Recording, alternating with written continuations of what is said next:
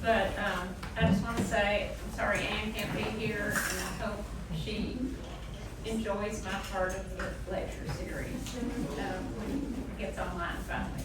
Anyway, I'll tell you, after 32 years, I closed Pangea in 2019 and retired with time on my hands and an iPhone in my hand. So I got out and started taking pictures of Nashville architecture and delving into the history. My grandfather bought this house, Prairie Style House on Belmont Boulevard in 1918, modern for its time. It was in danger for many years as it sat vacant. Thankfully, there was a spectacular renovation, leaving the exterior true to its original face. I've tried to determine the architect with no luck at all. However, I do know the developer was a member of the Bush Brick family.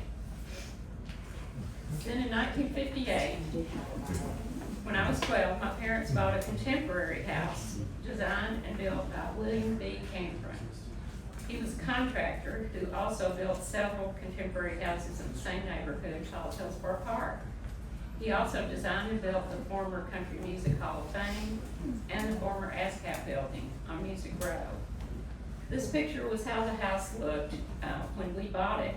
The colors faded, and the front door was a bright turquoise, as was the kitchen. We lived there from 1958 till 1969.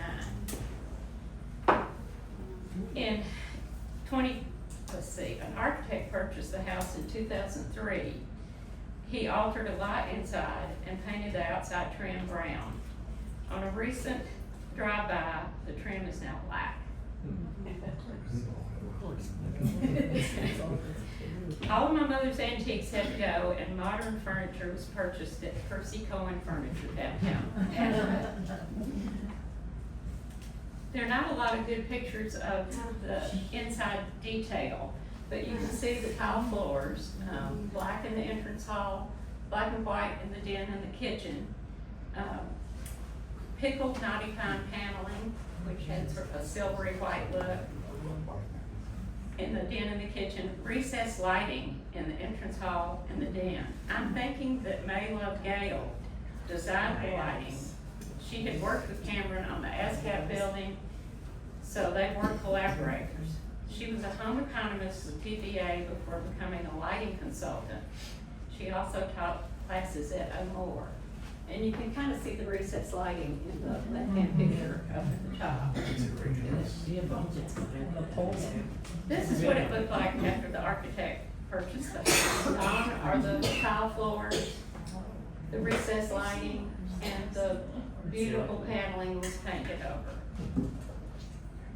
Now I'm going to go on to a few examples of international and modern leading up to the post-World War II mid-century. The fabulous deep wood at Edmund Keeble. Another Keeble on Gray Bar. A stucco house in Sylvan Park. This house out on Granny White Pike was designed as a duplex by the son of the original owners. He wanted them to be able to live in one side and people live in the other to care for them as they aged. It's now been closed. The center part was a breezeway. It's been enclosed and it's single family.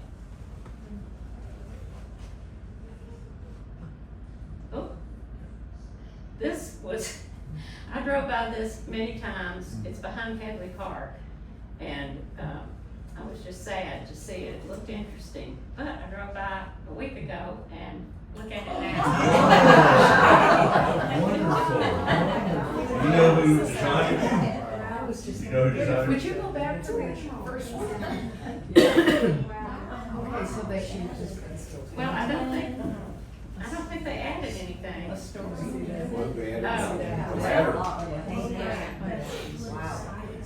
Maybe they did. They had David lives not far from there. Have you seen the work going on? Yeah, but not there often enough to, and there was never anybody there Okay, for I me to know. talk to. Yeah. So what are you doing? I've knocked on the door then and now. Also, since you called on me, I'm just gonna say, this is one of the few, maybe like the only examples of painted brick that I approve of. Yes. Because white was Yeah. a correct color for Right. that period, and the house had settled so sadly that it covers all that up. Yeah, yeah. So it looks wonderful. Well, here's another National white marker one. of On your- gray I think we'll white. put a marker on it. Yeah. This one is now owned by Sherby Green, who was a local set builder, and he's not been able to determine the architect. I think Kim's been over to talk to Yeah, him. I've been to the house a few times. Yeah.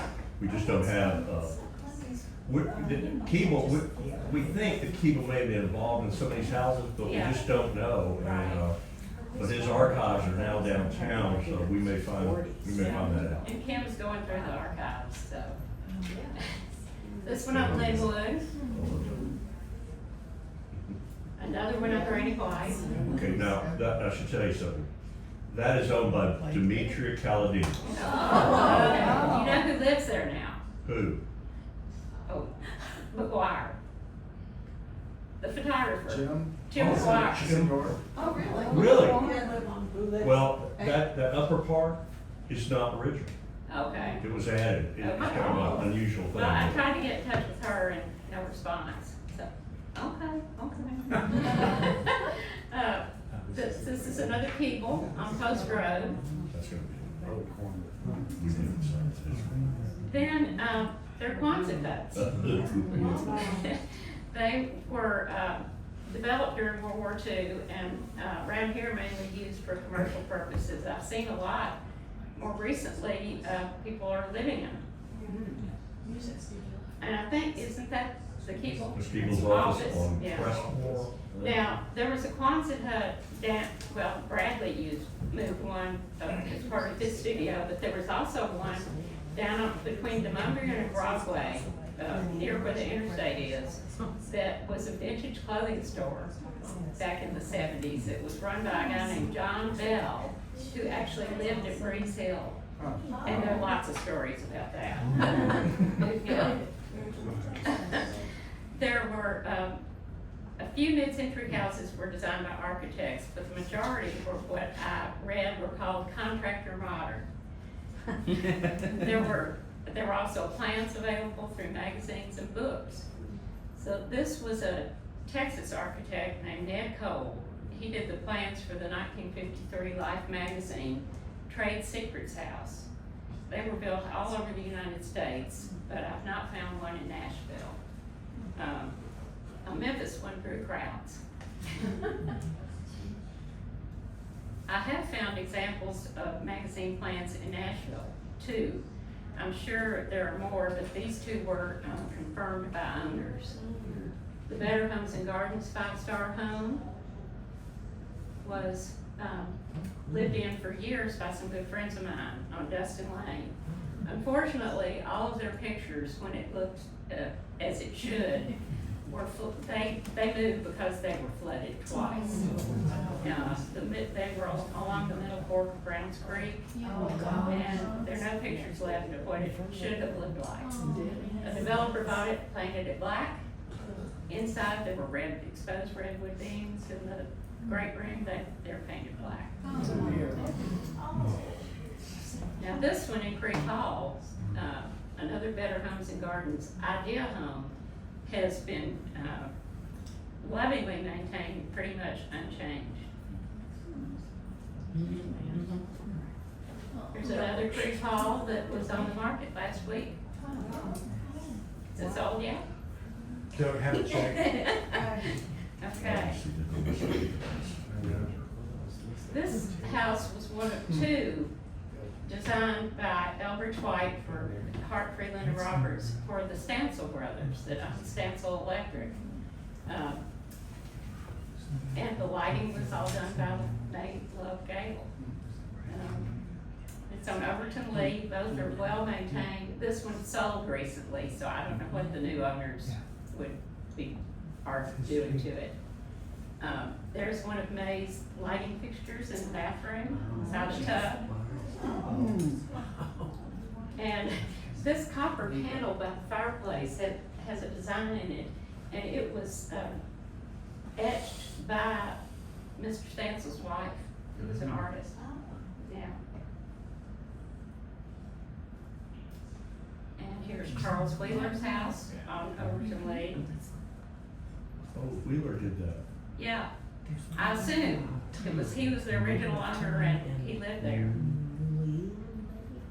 It's now the process, I was gonna get a better picture, but it's being changed and added on to. Now here, there were a couple more houses in Hillsborough Park designed by William Cameron. Apparently, when he built our house first, he built it for himself, but his wife didn't like it. She said it was too modern. So then he built this one, and that was where his family lived. He also built this one. These are both on Melbourne Drive. And I went in this one when it was on the market. Again, black paint has happened. Black and white. Take Yeah. a measure. You can prove. I have a couple more that were in Hillsborough Park. This was next door to us and had an indoor swimming pool.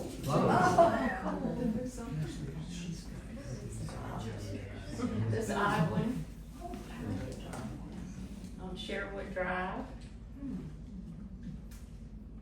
Another Cameron over, backing up to the Raven Lake property. And then I had this ad, I don't know why. I had the actual ad.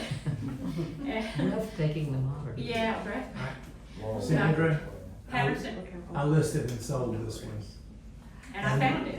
and they painted it black and white. Yeah, well, does it look like this still? Yeah, Okay, but it well- didn't look like this when I sold it, it was. Yeah, but it was white rough. back then. Yeah, Yeah, so they just added that one black yeah. section, So you go up not and too paint. bad. I had no, once it's closed, it's closed. He said, you can only buy this if you don't touch it. Now, a friend of mine grew up in this house on Franklin Road. It's long gone, but she has the dining room set, and that's one of the chairs there. It was also built by Cameron, but this one had an architect, William McComas. Another Franklin Road house that was recently torn down. I went inside of it when it was looking like that on the left. And it looked like somebody was trying to fix it up, but it didn't happen, it's gone. This one is on the market now, right, David? sold. Don't know. Huh? It's sold, I think. Okay. Are they gonna tear it down? It looked Well, iffy anyway, but, the owners had a lot to do with the design of this house. And here, David showed this in his talk. It was first owned by Mary John Wilkin, songwriter, and then Dottie West, and last Michael Rhodes. I love the crimped or serrated roof. Is Michael Rhodes still in it, or? He's passed away. Oh, okay. I think his wife still lives there. This is a bad picture of the Schweitz house over on Wayland Drive, and, their son Richard was a good friend of mine. He told me about the house, but he didn't have any inside pictures. So this was a Tom Tisdale. There's Wayland Court. There's several mid-centuries or contemporary houses up here, including two Robert Andersons, but the lots are wooded and steep. This was the only one I could get a good photo of. It was owned at one time by Peter Curlin, 1983 to 2005. He and his family loved the house, but had no information for me on the builder.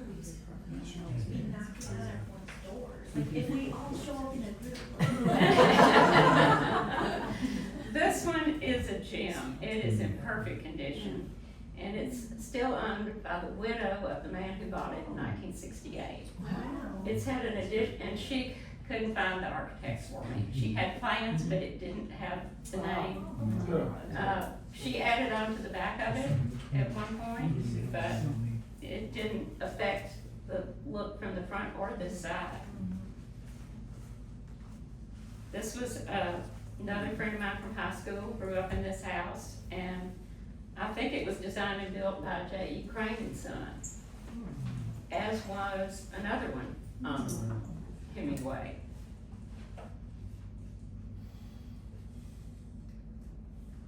This house on Linwood was on the market or was recently.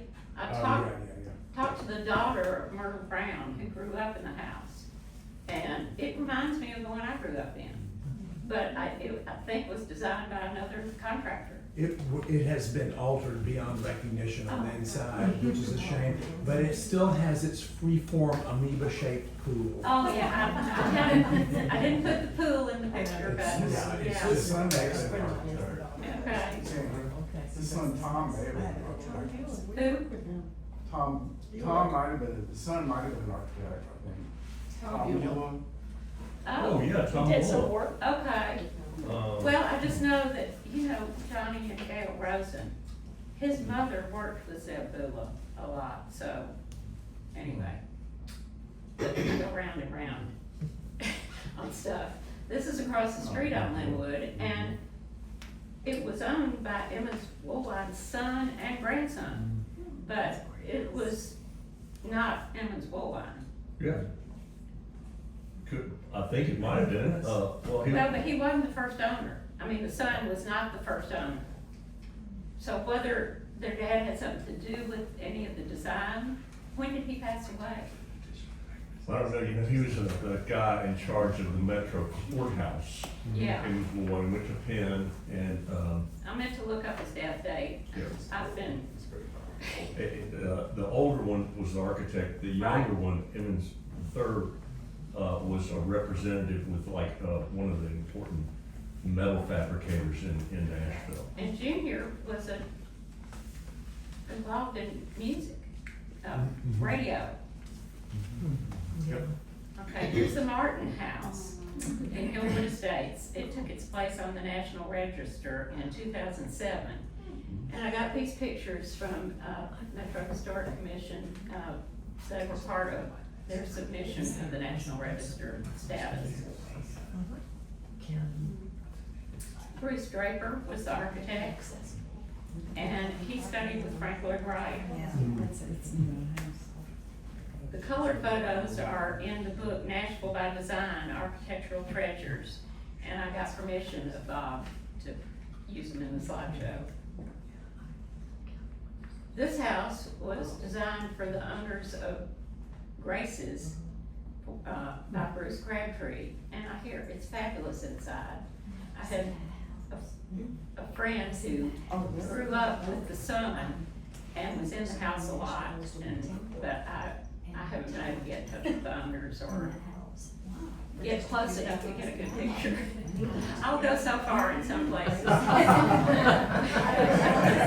gonna get shot one of these days. I keep saying, but I'm a little old lady with gray hair. This is from the newspaper, again, a wooded lot that, and I don't know if it still looks like this. This was a water field in Bass. I keep wanting to say Waterfield. It's Waterfield. Waterfield. This was Neil Bass's home that he designed. And unfortunately, now it's been painted white. I say all of this for David's benefit. Yeah, I'm gonna have a heart attack. Calm down, it'll be okay. This on Carnarvon Parkway, Manuel told me, was designed by Bernard Weinstein for his cousin, Ronnie Zeitlin. My cousin. Yeah, for, not Bernie's cousin, but Manuel's cousin.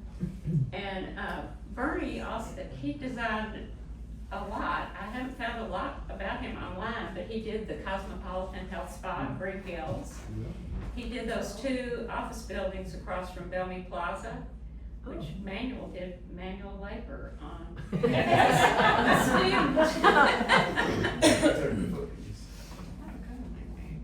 Here's some more on Carnarvon Parkway, don't have the addresses, they were quick drive-bys. This house on Brookmont Terrace, right below Wessex Towers, is the site of a murder in 1967, and then the home of Billy Sherrill in the late 70s and early 80s. Now, Bernard Weinstein lives on Brookmont Terrace, so I don't know if he had any, I've talked to his daughter and tried to get a meeting with them, but it hasn't happened. He's not healthy. This house, This is awesome. Oh, the photos. Oh. yeah, this is, the home of some artists who immigrated here from Hungary. The property backs up to Cheekwood, and you can barely see it from the road. The house was built by the artist who lived in the basement while it was being completed. It took 2 years. The railing was designed by Mr. Bodo. He was a painter, and his wife was a batik artist. And I went to some loud parties there back then. Sandra Not Bodo after. was, I think he was from like Poland or Hungary. Hungary. Hungary, okay. Yeah. Anyway, I have a good friend that really knew him really well and said he's just wild. And he had a really talented son who, ended up being a well-known artist Yeah. with posters in his young life. Yeah, I read about them, and my mother liked his artwork. I remember her talking about him, and she would point to the house when we were driving out. Did you read his chess set? Did you read that story? No, I just kind of remember it. I remember when he was like jailed in Hungary. uh-huh, He made a chess set out of like Solana and people and paper and created all the chess pieces. no, you know, the owner told me something, the owner that's there now, has an event business. And he told me so many stories the day I was there. I got lost. Now, this is on Caldwell Lane, designed by Jack Kershaw. Y'all know who he is? He built that lovely Nathan Bedford Forrest statue that was out on He designed and built this house on property that was inherited by his wife, Mary Noel. It had been part of the Oriental Golf Club property. Kershaw told the current owner that Frank Lloyd Wright sat down with him and drew the plan on the map. Yeah, if you believe that. I've got some land on the coast in Florida, but anyway. I've also heard that he also built it for his mistress, but. That house is currently in the process of being sold by the current owner to someone who is not gonna tear it down. Good, that's good. Okay. She has Well- promised me for a year that she would let me go in and see what the inside looked like. It's, Although I've looked at it once to buy, so did I. yeah, It was on the market list 20 years ago. Yeah. And Kate and I looked at it. yeah, Not a whole lot of original left, except for the public rooms are Right. as they were, and they're really, it's just lovely. yeah. Um, I was afraid of being downhill from the street, well, water. and it floods. Yeah, It's right on the creek. and then right around the corner is this little gym that Kershaw also built. And that's what it looked like when he built it. That's a drawing done by the brother of the guy who lives in it now. Yeah.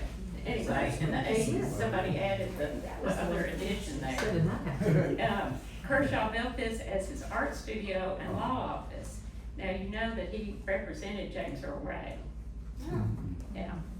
I don't know if you want to hear the description of that, this property when it was for sale at one time. It's, let's see, built by artists for his home, ultra private, truly outstanding, completely air conditioned with foyer, spacious 20 by 20 foot living dining room, which I think that's still there. Marble fireplace, 11-foot picture window, 3 bedrooms, 2 marble bathrooms with mahogany trim throughout the house. Floors are cork tile, kitchen fully equipped with modern appliances. Anyway, the entire grounds are surrounded by privacy with a high wall. Also secluded separate home studio with fireplace, bath, and kitchen enclosed for privacy. I guess they were a joint sale at one time. Anyway, thought that was interesting. Fireproof, tornado proof, and termite proof.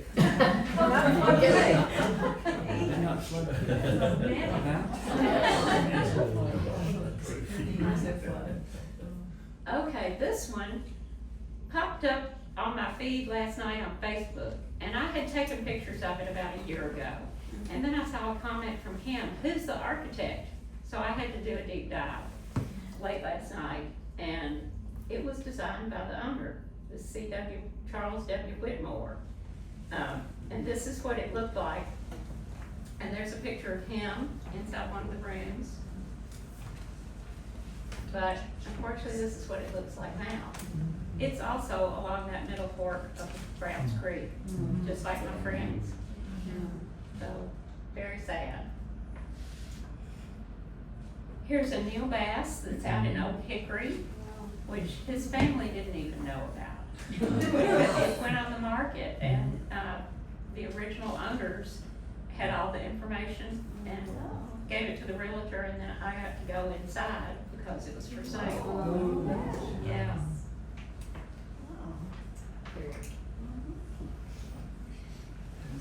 Now here's a modest house in Edge Hill, but great little detail.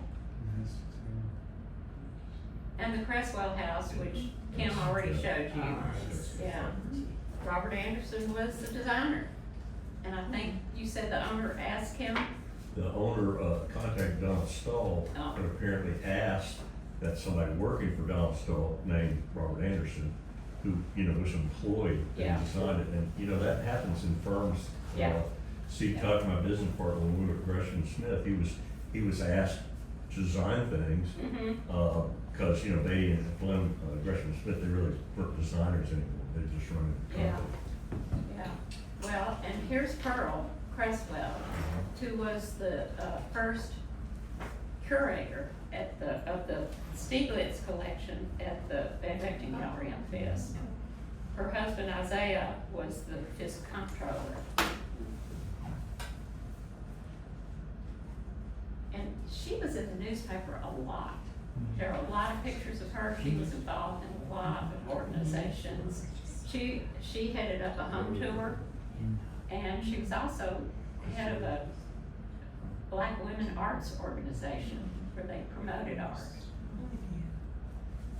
This was the former resident for the Fisk president, but it was demolished recently. Yeah, Jackson Street. You can see the library on the left-hand picture. So it's right behind the library.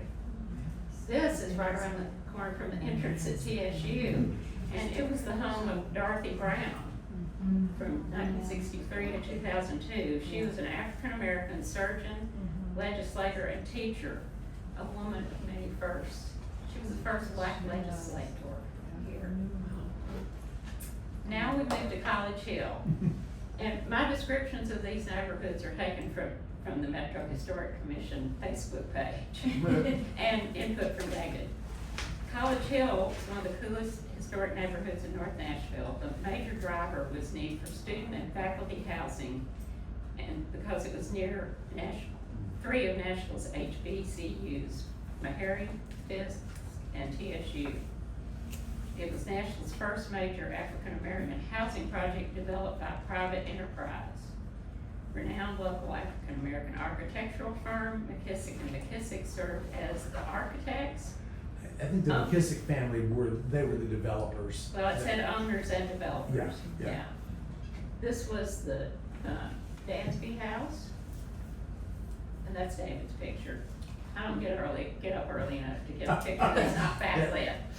Yeah, that's an early morning shot. Yeah. This one was a well-known jazz musician, and it remains in his family. The Watkins house. The top one was Dr. Martin's house, still in the family. The lower one was for Howard Gentry, the TSU coach, and then his son, Howard Gentry Jr. It's no longer in the family. So Howard sold it? Yeah, I think that happened in a change of marriage kind of situation. That kind of, you know that situation? Been there, done that. He also told me that he really regretted losing a grip on that house. Oh, yeah, that's great. Now this, I drove by recently and got the pictures boarded up. These were from David. But you think somebody's working on it? Absentee owner, I have written them at least 3 letters Yeah. saying, please don't let it fall down. And I really couldn't find out anything about its Don't know history. anything about it. Yeah. Now we move on to Gardner's Gold Coast, which was developed by a local African-American businessman and entrepreneur, Cassie Gardner Jr. I think he was the youngest funeral director in Nashville's history, and he started the first ambulance service. Oh. Yeah. It's off Ashland City Highway, and initially sold properties almost entirely to black doctors, college professors, school teachers, and other professionals. Back then, it was considered the most expensive African-American subdivision in the city. This first house was built for Dr. Anderson. His daughter and her husband still live there, and in fact came out to see what I was doing when I was taking the picture. And I had a long talk with him, and he said that most of the houses in the neighborhood are 2nd or 3rd generation owners, and it's a tight-knit neighborhood. So sad. well, no, once I told him what I was doing, he was very excited. And he was gonna get me a copy of the plans to see who the architect was, but didn't happen. This is the Hanson House. And now Enchanted Hills. Is that what it's called? This subdivision in Bordeaux, also off Ashland City Highway, was deemed the Bellmead of North Nashville in a 1988 Tennessean article. Houses were advertised as luxurious and spacious, and were marketed through 1968 as black only. This was the Owens house, but it's now owned by David's son. And you're gonna paint white? Black. It was flipped before they could get their hands on it, and it was flipped by someone who didn't know what he was doing. The original colors, that wood on the upper left, second story upper left there, had been stained brown, and the trim was painted brown. And fortunately, they did not paint the brick. The brick is the color, but everything else was black and white. And my kids, I love the door. Looks like the door on our house where I was growing up. and they unflipped the black and white and returned the colors to what they should be. Of course, he's your son. He Well, couldn't yeah, well, he'd better. So he couldn't live with you. Yeah. Here's another one, kind of similar. And then this one, actually it reminds me of that Bernard Weinstein on Hardeman Parkway. Could Bernard have done it? I don't know. Another Enchanted Hills. And now to Madison. Great mid-century entrance to Madison. Very hard to get a picture of. Lots of wires and advertising. This little house on House Avenue, which I found out got that name because of the dead end, is a 1920s house that Mayor House lived in. Yeah. So I think that's how the street got its name. That turret really isn't a typical mid-century feature. Is that, what is that? Just fun? I've never seen one circular like that. Little turrets, 2 or 3 slides back, you had little atrium things. Usually they were sort of pagoda style. I think that is Well, like just. that Third National Bank, where it's. Yeah, or a dome, yeah. This is eccentric. I think it's a hoot. Could it have been added later even? Yeah, No telling. this is I found this last week. Working on this, it's a work in progress. This house is Braxton Dixon, who I was not familiar with, but thanks to Steve Searles, he kind of I'll show something in a minute that made me go delve into him. He was not an architect, but designed and built houses for Johnny Cash and other country music celebrities, mostly on Old Hickory Lake out in Hendersonville. He was from Hendersonville. This one overlooks the Cumberland River.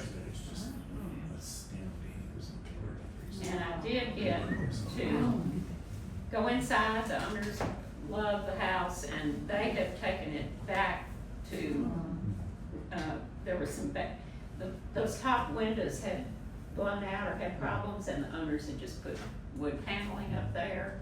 Oh. Yeah, so, and they fixed these skylights.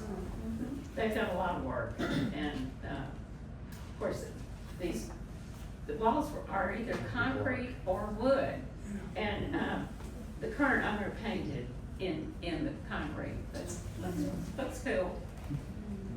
Now, here's a mystery. If anybody has any, I saw this in the newspaper. It's a development, 4 model homes in Larkwood subdivision. I cannot find Larkwood subdivision.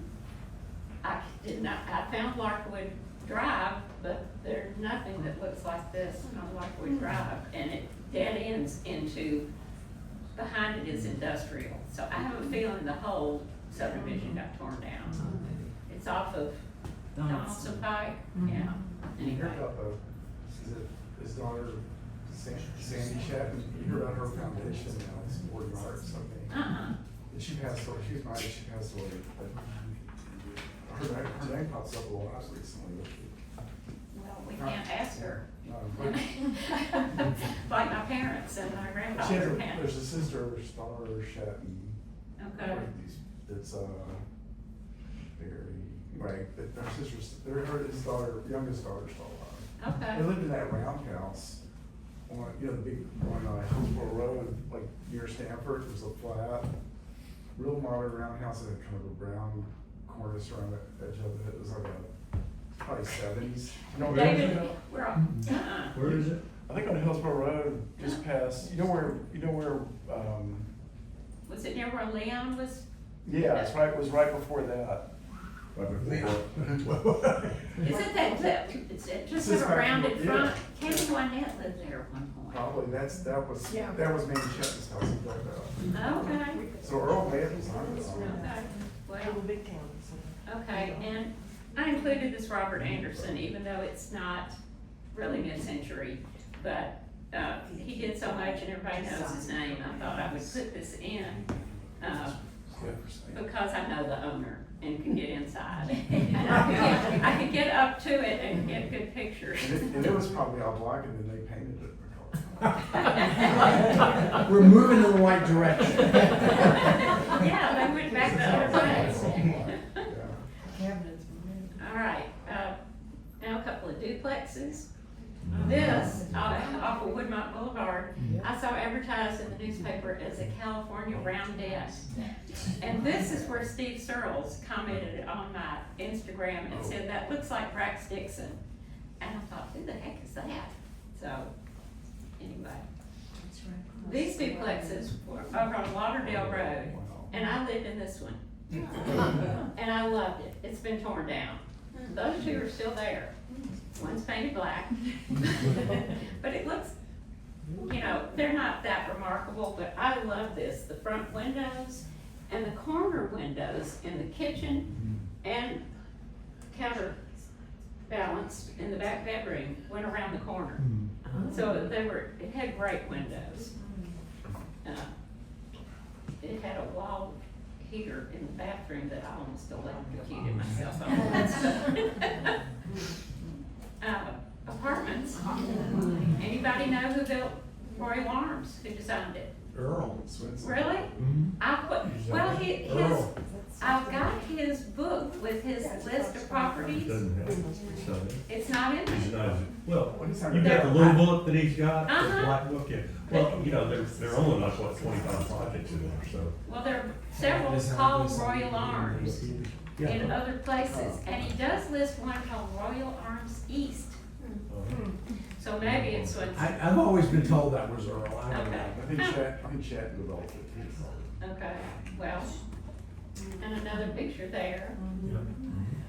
the Chateau on 24th. Yes. Yeah, still. And, then I had a dispute with Tim over this one. This is on Fairfax, and it was Yes. originally called Garden Terrace by Donald Stoll. This is what it looks like now.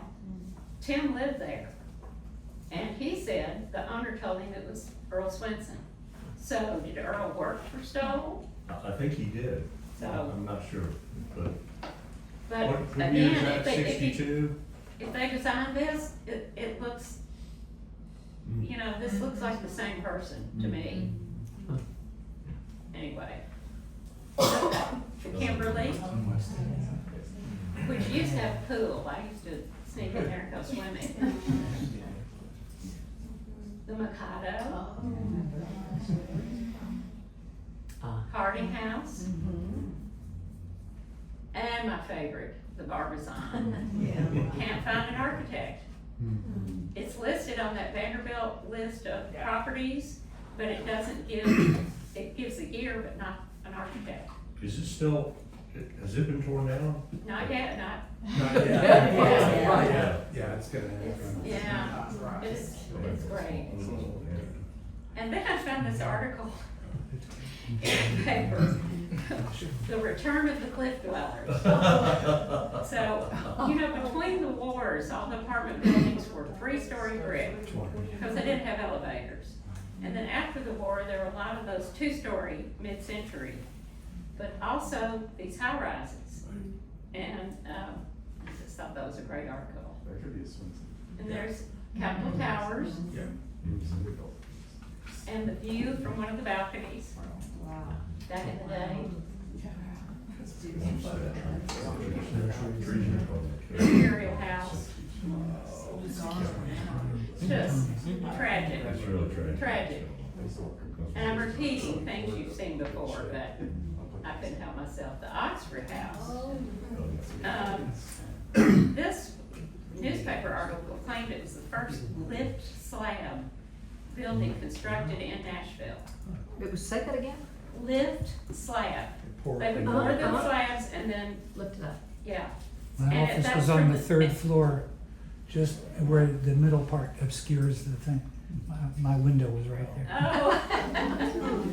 And then they Alright. kicked us out when they. Were you a student? I was faculty. Okay, okay. It was, our office was redesigned. It had been initially housing for, I think, residents or medical students. And they had moved us out of like the main building to put in inpatient beds where they could make some money. Yeah. And when we looked around initially, they had bathtubs in there that they had put plywood over to stack books and stuff on top. Oh my gosh. Wasn't Well, that a mixed use, had stores in them?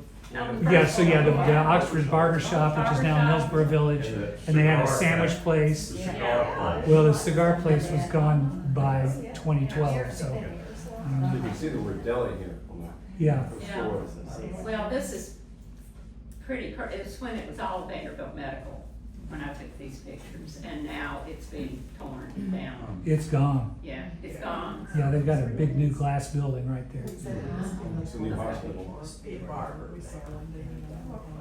The barber's now in Hillsborough Village. Which, the outside has changed dramatically, but the entrance still looks mid-century, and I put it in because when I was at Vanderbilt, my boyfriend lived there. And we frequented the rooftop pool, which is no longer there. West End Park, and I remember this, I don't know if anybody knows Walter Harwood, he started the Gold Rush. And at first, he lived in the Lee Apartments right out the back door of the Gold Rush, but when he started making more money, he moved here, and we thought it was so swanky. Alright, Manuel did the renovation. The Continental on West End, and my parents' good friends, the Feldmans, who owned Feldmans down on Fifth Avenue, were one of the first tenants. And they were featured in an article about their beautiful apartment, but it was not mid-century at all. Bellmead Towers by Neil Bass. Windsor Towers. The view from up top. Did you take that picture? I did. I had a friend who was flipping an apartment and she had us up for cocktails and, yeah. So I leaned out, And that was yeah. after you had. Yeah. She had the non-drinker she had up for cocktails.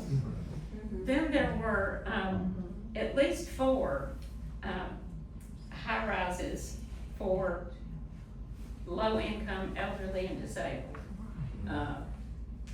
Taylor and Crabtree built this one on Edge Hill, and then Parthenon Towers.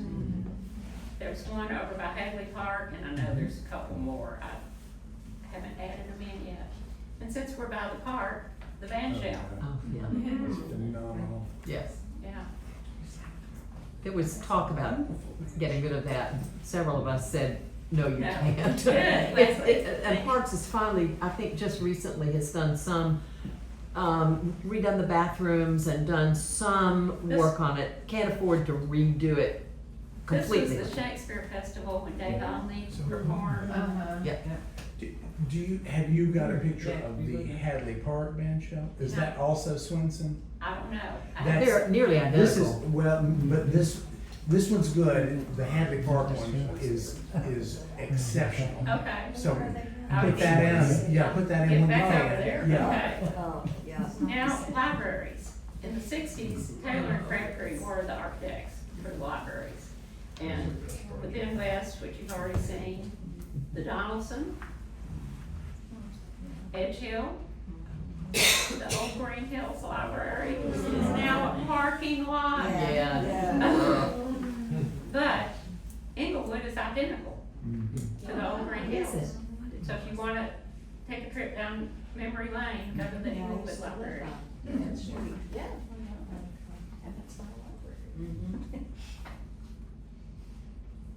Schools. Now, I know Burton isn't mid-century, but it's a Keeble, and I went there in first grade. So, okay, guys in the back are manual. Do you know if it got torn down or if Lipscomb just covered it up? Don't know. It's I now, think it's torn down. okay, it's now Lipscomb Elementary. Okay, she thinks it's covered up. I don't know. I Okay. think I would have said covered it up, but I'm not, I I couldn't. thought covered up too. Yeah, I wouldn't go to the mat on that though. Yeah, I don't remember seeing the rubble, Right. but that doesn't mean anything. And then Hillsborough, Yeah. Keebles again, and I went there from 64 to 60 to 64, making myself too young. Hillwood, Yeah. Robert Street, St. Bernard. Fabulous. Now, is it St. Bernard or St. Bernard? We always called it St. Bernard. This is a really, really beautiful building And- against the street. My grandmother lived across the street. We watched it get built. Wow. That was taken out her front door. I took myself out of the picture. You don't wanna see me in that. 1960 hairdo. Who took the picture? Oh, probably my parents. It was me. Yeah, and I don't know who that is, but anyway. 57, 20. Now Vanderbilt. This building, I loved it when it was the Bill Wilkerson Center. I took kids there, but, and there was a sculpture on the greenstone, the Virginia greenstone. What's that? I don't know. But I don't know where it went. And then there's the interior, the stair, well, it's great. And then on the street side, where those squares are, there were ceramic Disney characters. Where are they? Who got them? Anyway. Anybody that can answer any of these questions, you can email me later. That was the you can- playground. Huh? That was the playground. Yeah, With it's- Bill Well. Yeah, Yeah. yeah.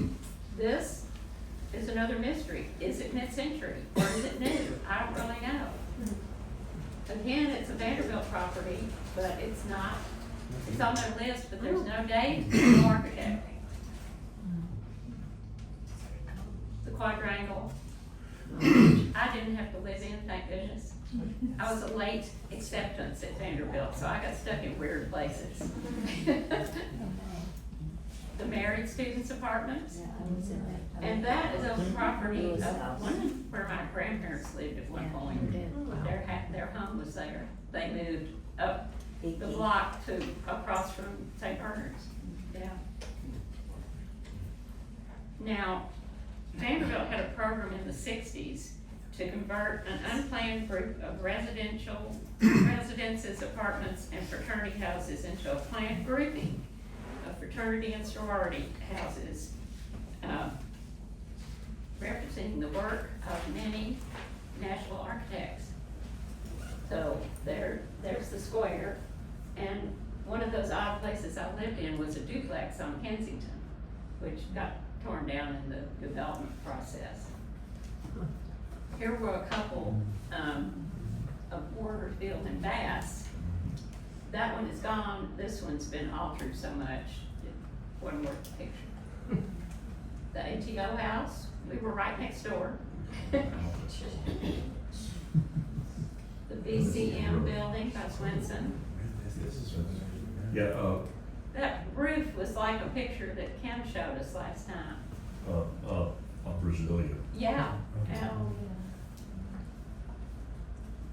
And I love. Yeah, Swenson had a partner, and I don't know what Huh. happened to there. Yeah. They said, the Phi Kappa Psi house was the last one completed in that project. So, yeah. And then a couple of religious buildings on campus. Now this, I saw a picture in the paper, a better picture from the other side. The building looked better. It's now completely covered up with an addition. You can't see the other side. So is it owned by Vanderbilt? No, it's, they have several categories. They Oh, lease right. properties Yeah. and. Kind of like the fraternity houses and Yeah, stuff. yeah. And then you saw this last time, in Chapel of the Divinity School. I wish I got inside the interiors. The interior with those windows is great, but. And then Kim Yeah. said I needed to go look at this building, so I did. Great round building. Baird Dixon confirmed that Street and Street were the local architects. Okay, that's But right. because of the technical stuff in this thing, I think originally, it had, And this was a descendant of Richardson. oh yeah, it's Boston architects. Well, and Yeah. Bullfinch too. Yeah. Bullfinch was a Boston architect Yeah. from like way back. Yeah, okay. Did you go I inside? had an office in the Bullfinch building. No, it was, there was nobody in there, and it was, Interesting lobby, but I think it, one time had a large computer in it. But, big mainframe, but, that already went away, so yeah. I haven't been able to see it. I just thought it was great. Thanks, Kim.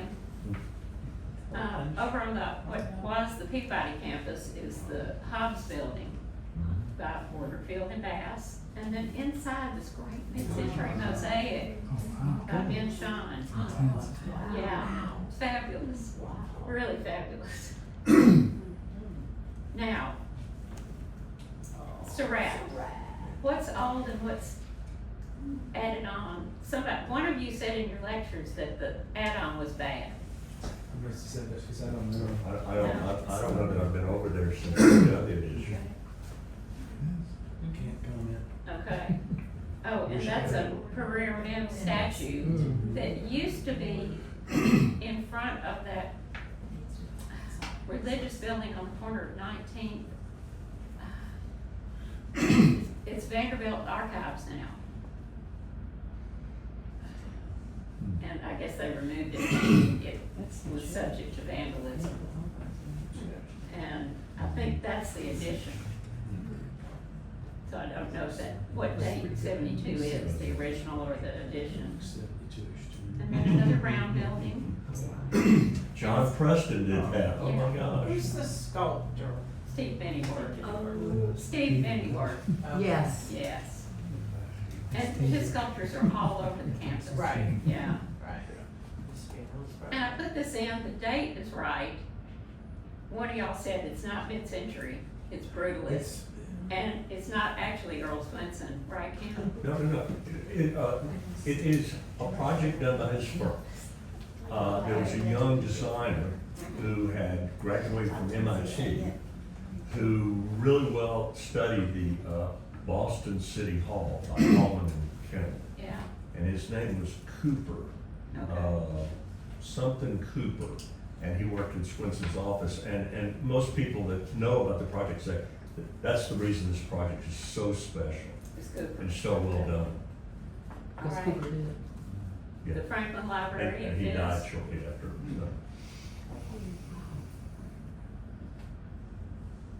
Okay.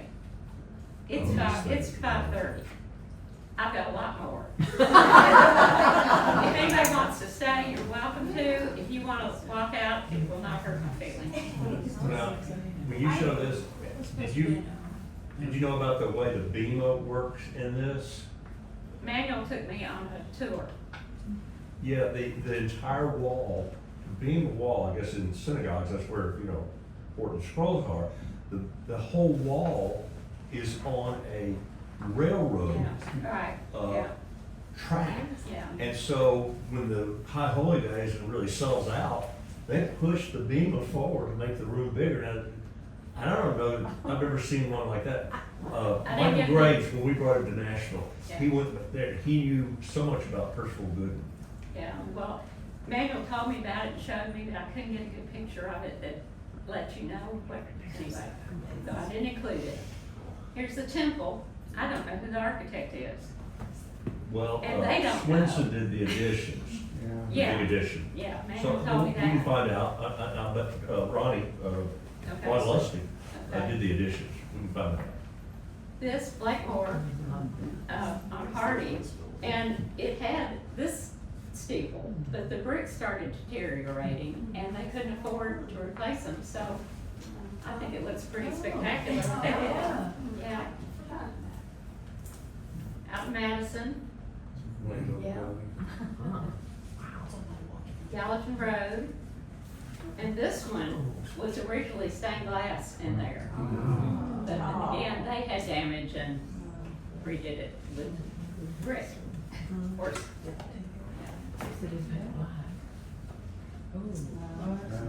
don't know the architect on this either. Tim thought he knew or thought he had the information, but he couldn't find it. Unitarian Church, Bruce Draper. It was Bruce Draper here, was he local? Mm-hmm. Yeah. I think so, yeah. Yeah, you mentioned him earlier. Yeah. on another project, Oh, he did the Martin House, yeah. yeah. And now businesses. I can go through here a little quicker, but Aladdin, Could I ask a question about schools? Yeah. What about the Sheriff Bennett President's House? You know anything about that? I don't, I just figured Scarrett was all Hibbs. No, Don't know. okay. It's modernist though, it is not. Oh, Oh, okay, yeah, it's a very, that's when you need to, okay, Yeah, it fits Yeah. in with all the other ones you've Yeah. shown, the president's house, like it's kind okay. of, it's a very cool. I'll get to it. Yeah. This is a little dentist house, dentist office for years on Charlotte. It was, Carmen Quinter, and he lived in it for some time, and the bathroom is still there. Sears, repurposed, and of course the L&C Tower. I worked on the 27th floor for 2 years, so I took that elevator every weekday.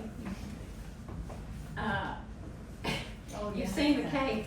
I found a replica a couple of weeks ago at the Tennessee Central Railroad Museum. This used to be part of an exhibit at the Children's Museum. There was a railroad exhibit, and they had several downtown buildings in their exhibit. Dr. Goldner's house, which was on the Nashville 9, does anybody know if it's still standing?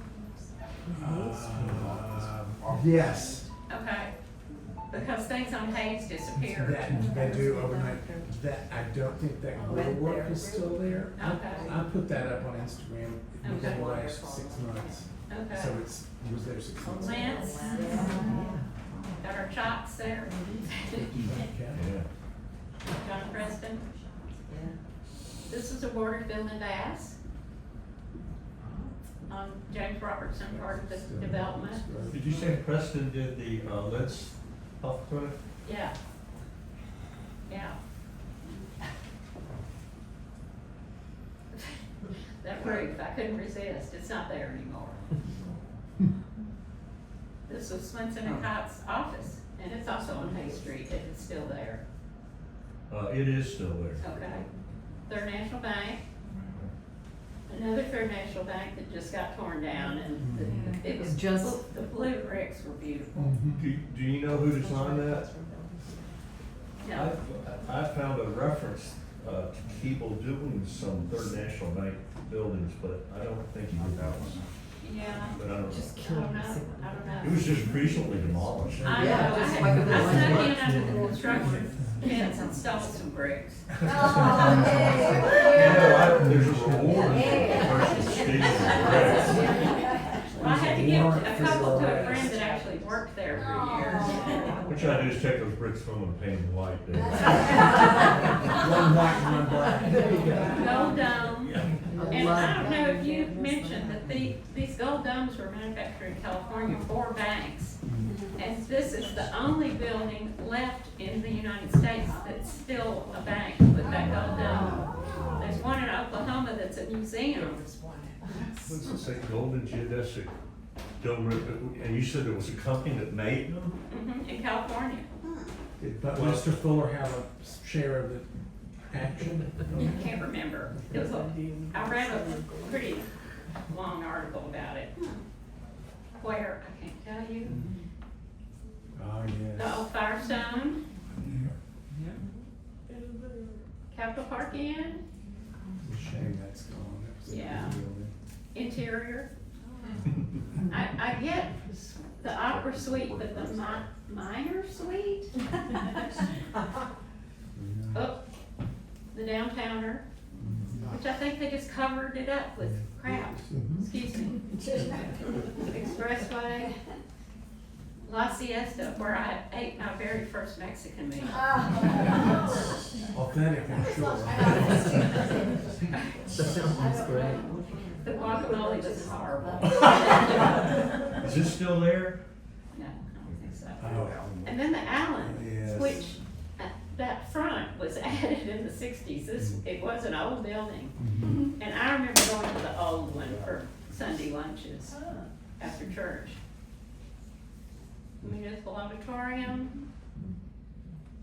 Martin Holman did the white glazed brick building, addition to Castronite. Oh. Okay. I didn't bring my pen with me. They were kind of like a 1930s firm. Okay. Well, this by Edwin Keeble on Polk Avenue. And the stone wall in the entrance has big stone columns. It says Woody Crest, and it was Captain John Raines, which his daughter has the Merritt House, had the Merritt House, which is being redeveloped by A.J. Castle. This used to be Western Electric, Oh, yeah. yeah. Goodness, another tragedy, really. And Kim thinks this is John Preston too. I don't know. It's just that he did a bank downtown, but there was an article on it, and it had that same number 1 Yeah, on the corner, but I'm not sure he did these. yeah, the one is still there. And I walked into that, the one that's there, now it's a landscaping firm, and the guy that runs it, I said, well, he said, I don't own this building, and I You said, mean well, Flower Mart? Yeah. Yeah, And can I get plans? And he said, well, the owner won't contact with you. yeah. I said, really? He said, yeah. Okay, well, I'll talk to him, he's a friend, Yeah, okay. yeah. Good. Commerce Union Bank in Green Hill Hills, which Kim showed an aerial shot of, and I got this very recently. Court Square building. Is it gonna be a parking garage now? Well, There's a big parking sign on the side of it. Parkway Towers, and I worked in this building too. So did I. no, that was by John Preston. Work. That was by Preston. It was? Mhm. Okay, Yeah, Jerry Preston's father, John okay. Preston. Well, get this, they had a hospitality lounge built for viewing the construction. It's very plush carpet, soft lights and music, easy chairs, walnut paneling, and pretty girls serving donuts and coffee. Looks good.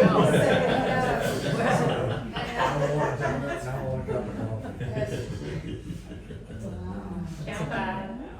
Such a great This, Bernard Weinstein, Computer Communications Network, by the time I went to work there in 69 and 70. I have a lot of mid-century in my genes. Music Row and music businesses, this is my last category. Studio B, United Record Pressing. I just love the tile and design. That's still there, right? Yeah, Yeah. yeah. And this guy, you know, it's got apartments upstairs, you know about that? Oh, yeah, Yeah. for the black Yeah. entertainers, yeah. Decca Records, looks like this now. The staircase inside is original. This sad, Capitol Records. Studio A. Columbia Recording Studio had a floating floor, and it was to prevent outside vibrations from disturbing recording sessions. I think this was just covered up by Mike Curb. And I wonder if they left the floating floor. I'm going on a tour with Historic Nashville in a week or two, so, yeah, maybe find out. Here's another Cameron building, the Old Country Music Hall of Fame. Oh. Disastrous redo. I mean, like several years. The old ASCAP building, also by Cameron. I worked in there. BMI, which, the only interesting thing about it, they took off and did this. And I'll end with that. Neil Bass. I don't know, but did I mention that Neil Bass was a guest lecturer when I was a student at Vanderbilt? I was an art history major, and one of my architecture classes, he was a guest lecturer, and I fell in love. He was good looking, funny, smart.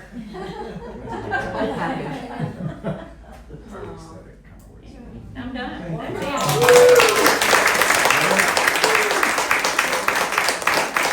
I just need to say, Sandra, you are a jewel in this community for architects, because I've just known you, just a little while, not many years or anything, but I have just seen your energy and your knowledge and your ability to find stuff out, and it's absolutely amazing. Well, I'm eternally curious. I also always wanted to be a private detective.